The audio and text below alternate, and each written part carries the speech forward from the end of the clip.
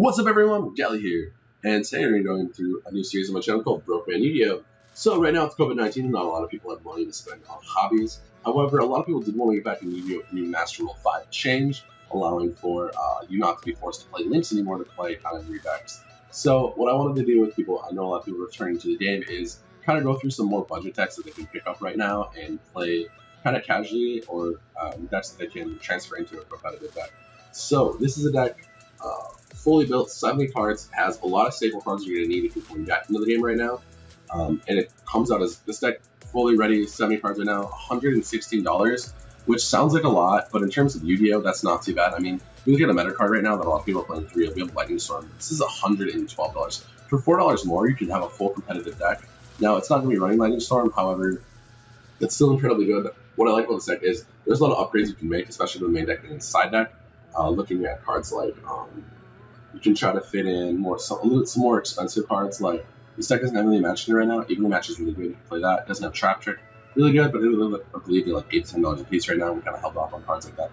Everything in this deck, minus Traptrix Sarah right here, which is one of the most important cards, is under $10, which is really good overall for price-wise for Yu-Gi-Oh! Since you're generally, a lot of decks have like multiple like $10, $20 cards in them, and some have like some meta cards like Impermanence, evenly matched Lightning Storm are like 25 to 30, or like 25 for like evenly matched and Impermanence, and like $30 for those. And you also have like those super expensive like Lightning Storm, like Lightning Storm is still $112. This deck doesn't need those. This deck is pretty good.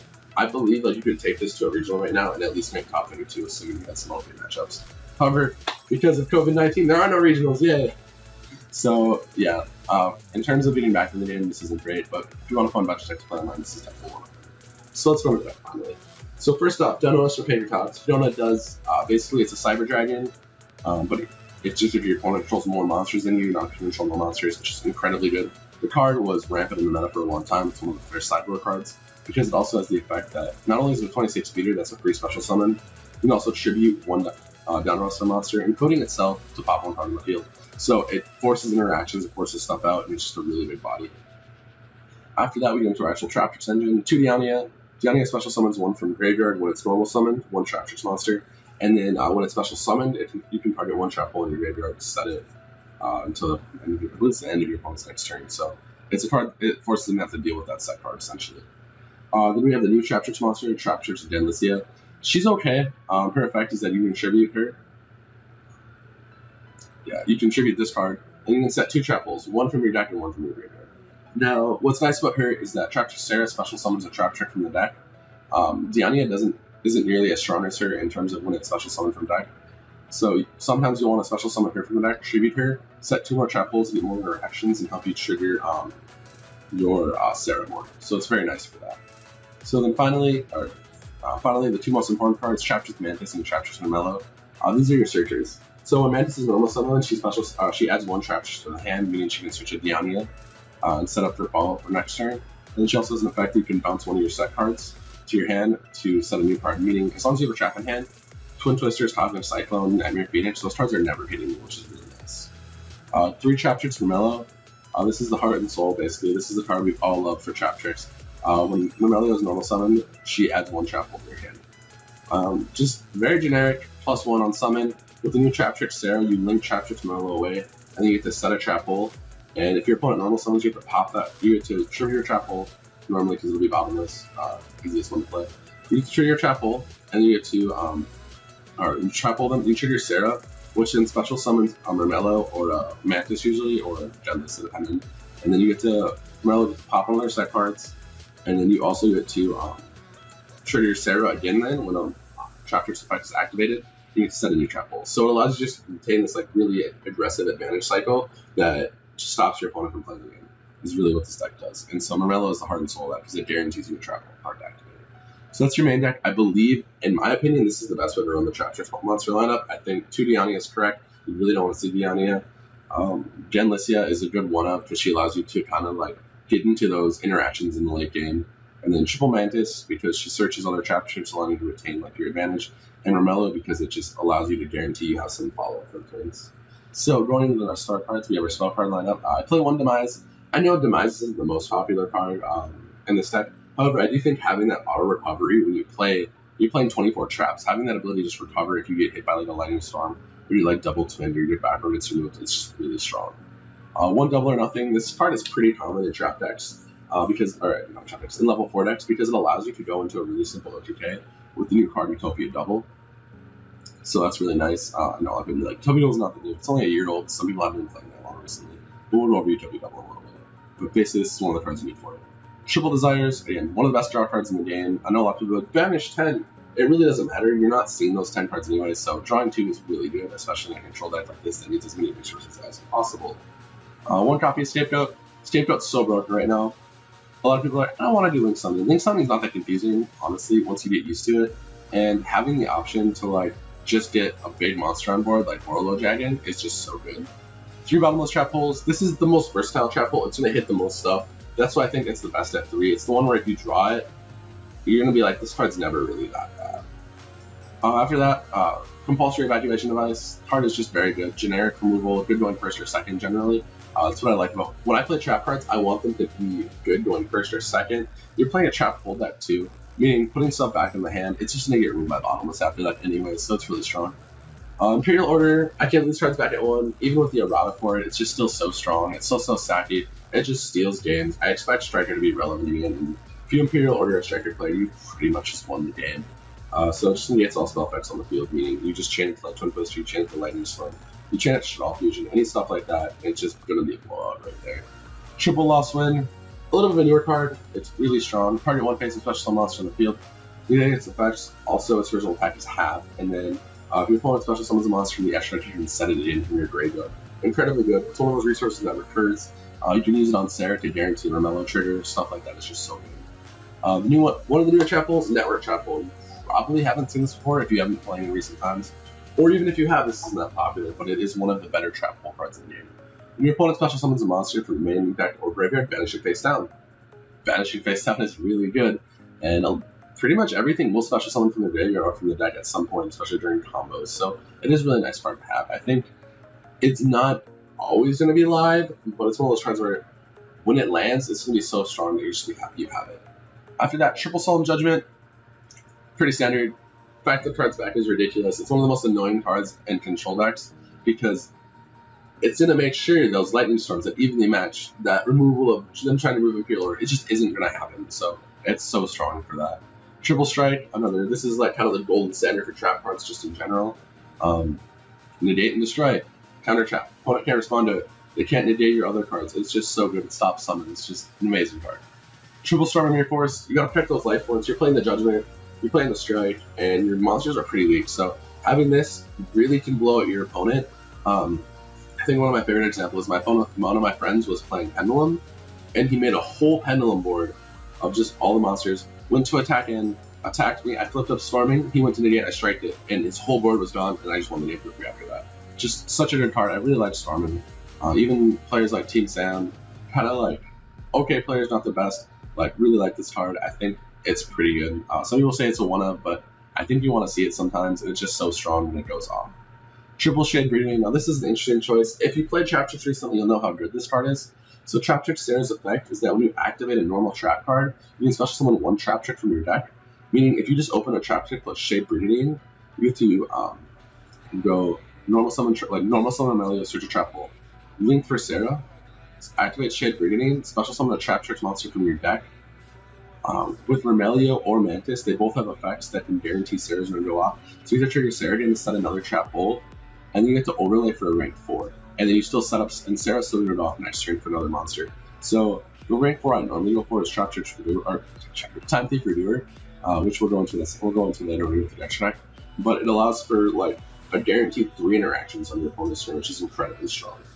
And finally, our last trap hole, Time Space Trap Hole. When your opponent special summons a monster from the hand or extra deck, shuffle that monster to the deck, then you lose 1,000 life points for each return monster. This card's incredibly good. Hit it up Pendulums, it's hilarious in that matchup. Just kind of returning an extra monster is really strong because it's not going to the graveyard, it's getting put back in. Really nice, one of the better trap hole cards. The only problem with it is running multiples isn't super good because it costs life points. So as a one-up, it's incredibly good. So that's the whole main deck, 40 cards, really safe engine. You have the option to run like Infirm, Traptrix, Artifacts, those are all good in here. But if you can't get a hold of those, because I know they're a little bit more expensive, this is a more budget build. So really nice for that. Finally, for our side deck, now for our side deck, 3 Inspector Border. Card's incredibly good. There's some decks that just have such a hard time dealing with this. Like, if you play versus Dragon Link and you just summon like a Border and like a Compulse, their deck can't really do anything. So, just really strong. 3 Anti-Spell Fragrance. One of the scariest cards right now is Lightning Storm. It's basically Harpy's Feather Dust or Nino second, so incredibly good. One of the scariest cards you will face. Having a card like Anti-Spell Fragrance that immediately deals with is incredibly good. There's also a lot of spell-based decks like versus Salad. If they can't activate their spells, they're gonna have a really hard time. You flip Anti-Spell Fragrance on them, they can't resolve their Silent Mining. They can resolve Circle. They can't resolve Silent Mining. They can't resolve Sanctuary. Meaning a lot of their scary plays are just gone. And from there, you can kind of snowball them a lot of the time. 3D Barrier, they're really cheap right now. You should probably pick these up just in general to have them. Right now, you want to side them under Shitals, Zodiac, Super Exile, Zero. Oh, and all the Pendulum decks. Like, this card is just really strong in all those matchups. Triple Heavy Stormduster, you need this for Control Mirrors, you need this for Pendulum. It's just a really nice card to have. I'm not a fan of hard main decking it in Traptrix simply because, at least not without artifacts, simply because Mermello is going to be able to pop set cards no matter what and kind of retain that advantage to do that job for now. But when you're playing hard like Paleo, Control Mirror, like Paleo, Alter Guys, Brew, Control Mirrors like that, or any field spell deck, Stormduster is just a necessity. And finally, Waking the Dragon, this really punishes players for people for Lightning Storming. It allows you to drop out Revolution Falcon, Materia Serial, Lost Warrior for Early Planet, all those cards which are just incredibly strong and like hard to deal with. So only one I have right now is Revolution Falcon because Warrior and Exterior are really expensive. However, just dropping a Falcon is really scary because it's a 3,500 attack, that's amazing. So really good stuff. So that's your side deck. Really strong cards. It answers the meta well. Nothing's horribly expensive. It's just a nice edge. It's just a nice side deck. Finally, we'll go into our extra deck. So Dweller, kind of roll this down for rank 4s again. Pretty much any rank 4 deck's gonna play this, unless they have a way to like interact with the graveyard already. So it just negates the effect of all negates all graveyard effects you haven't seen before. It's just really good. It's been kind of a staple forever. We need ulti printing. Hashtag ulti Dweller gang. Silent Monarch. I personally prefer Silent Monarch because it is a body that's gonna stay on the board that's hard to remove. But you can go for Castel instead if you prefer. That's just honestly preference. Monarch just steals an attack position monster and attaches as material. It's really good in terms of cards like Shadal Winda, Shaw Construct, Apollo, all those cards because they don't get their on-field effects, which is why I like this so much. But Castel does the same job. It's a little versatile. It's just not as strong and it's not as sticky on the board. Utopia double package. So this package is newer. It's one that came up about a year ago now. When Utopia double came out, Utopia double's effect is that you can detach 1 material from the start, add 1 double or nothing from your deck to your hand, and special summon from your extra deck 1 Utopia XYZ monster, except number 39 Utopia double, by using this face-up card on the field as an XYZ material. And if you do, its attack becomes doubled, but if not attacked directly. So the nice thing about this is with double or nothing, the monster, when a monster attack is negated, target that monster, it can make a second attack during this battle phase, and if it does, this attack is doubled during the damage step only.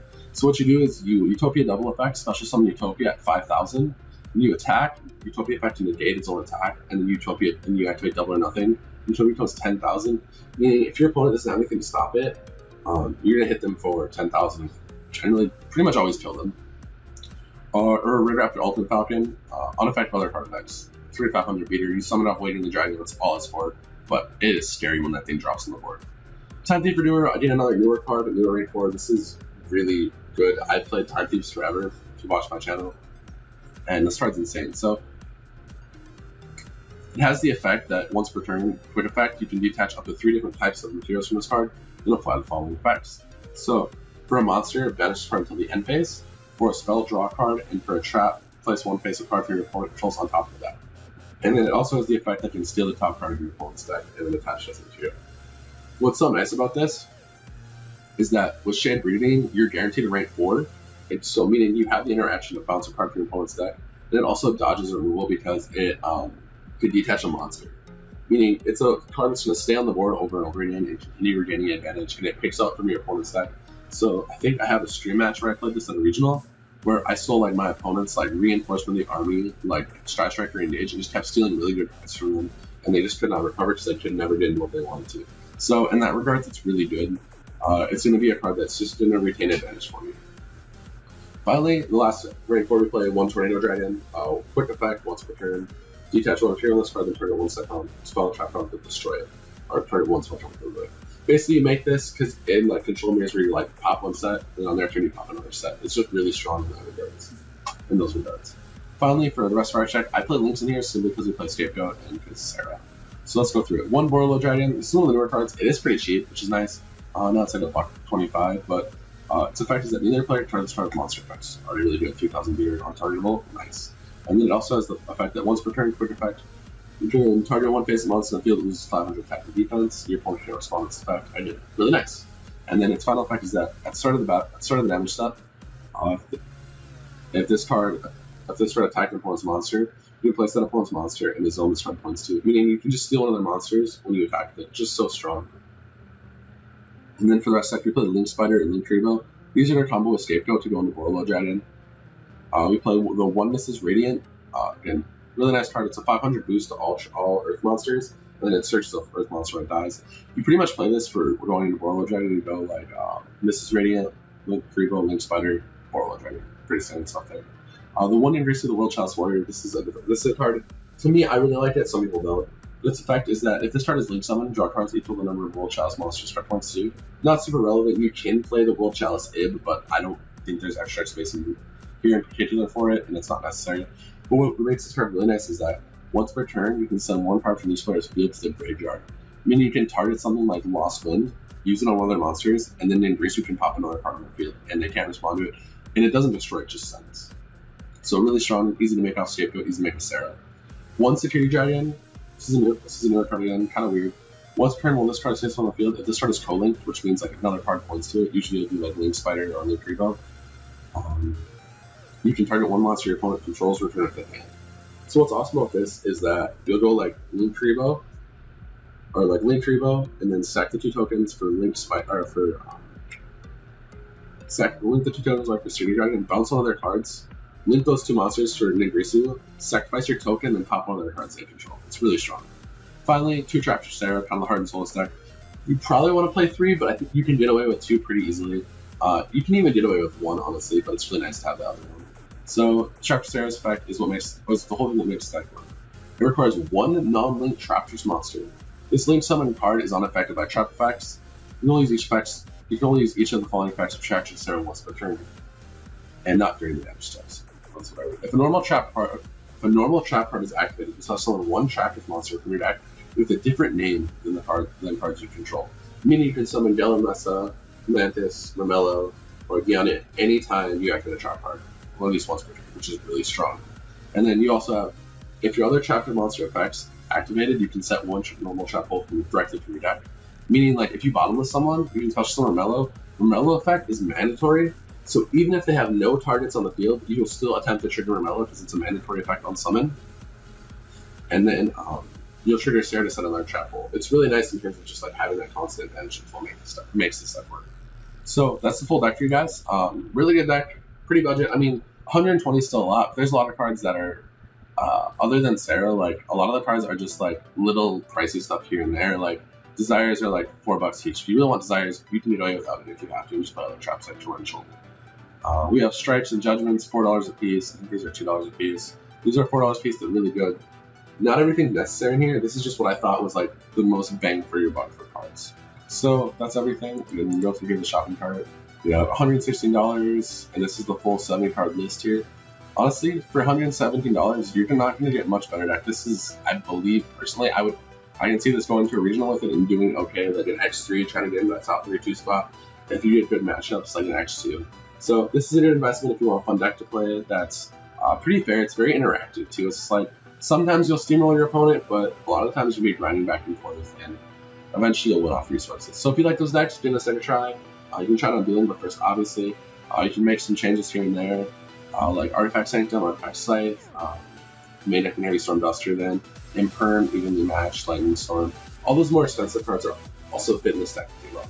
So if you guys like the video, remember to subscribe and check out my channel for more. I'll be doing more over the next couple months here. I'll probably try to get out like 2 or 3 videos a week for decks like this. I believe the next one I do is one of my personal favorites in Yugioh, so we'll go from there. Thanks for watching. I'll see you guys later.